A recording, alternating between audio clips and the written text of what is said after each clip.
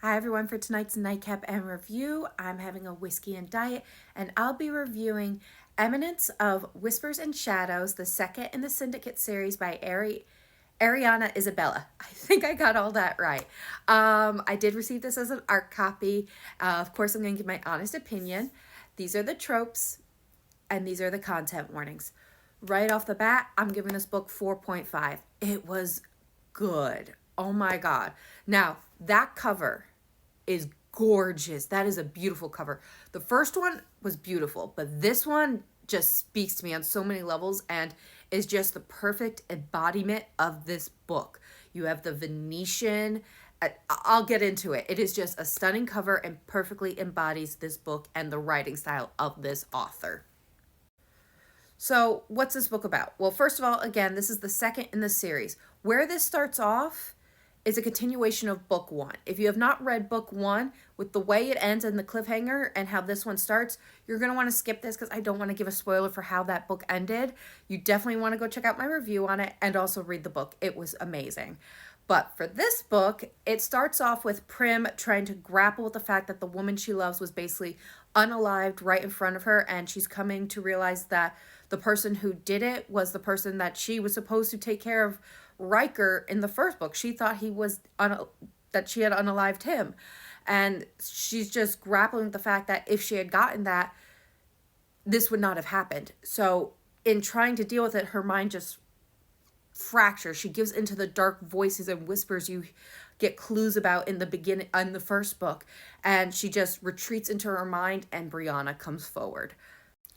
However, it's not just Prim and her team that suffered a loss that night.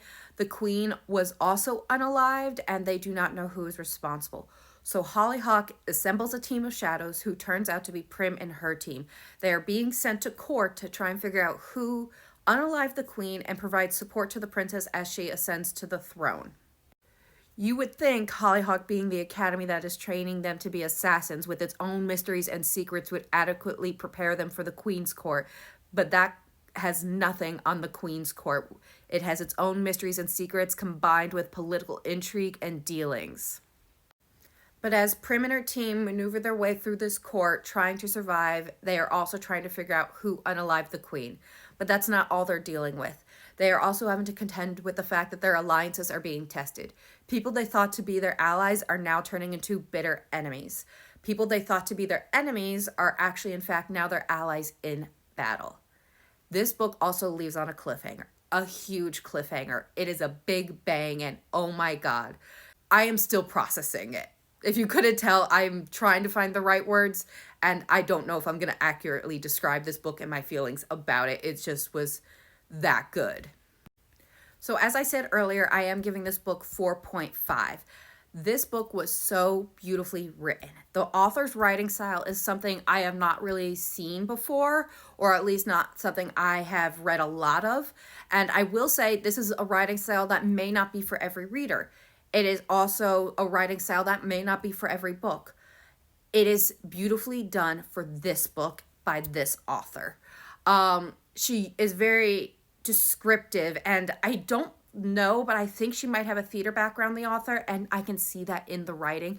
It just seemed like one big, beautiful play that is being described to me, and I just loved it. It kind of reminds me, and I hate to say this, an older movie, A Knight's Tale, where you had this one character, I think it was played by Alan Tuck, and I'm sorry if I get that actor's name wrong, where he is during these tournaments giving these grandiose speeches, and just the grandeur of how he's talking and acting is just enrapturing everyone in the stands, and they just hang on his every word. That is what I am seeing in this writing, and it is beautifully done. Especially when you combine it, when you see this cover, that is the perfect combination to this writing style. You have that beauty of the Venetian style, with the masks and the artistry in the book, but you also have the combination of this. I wouldn't call this a retelling, but you definitely get the inspiration from Alice in Wonderland, Queen of Hearts, without the whimsy. You get the darkness and the thriller aspect, which was just so beautifully done. And when you combine those all together, this was just left me breathless as I pictured the scenes in my head as I'm reading the author's description and seeing these scenes. It was just breathtaking.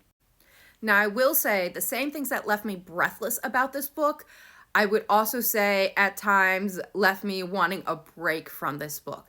This is a dark thriller with mysteries and secrets and twists and turns, and like I said, this book leaves on a big bang of a cliffhanger. If it's a roller coaster, this is a book with a roller coaster that just keeps going and going and going up, up, and up until you get to the top, and then you're at the end and it's crashing down. You get that big bang. This is not a book where you're constantly going up and down, getting a little ups, little downs, little ups, little down. No, this is a constant ride to the top, and your heart will be in your throat the whole time. It does not stop.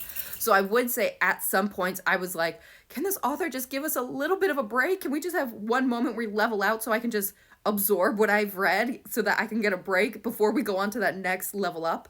But no, this is just, you keep going and going. But this is a wild ride that I would recommend to anybody who likes to be on the edge of their seat, who likes dark thrillers and mysteries and secrets and betrayals. So this book will be available February 29th. Make sure to give it a download. I hope everyone has a good night and happy readings.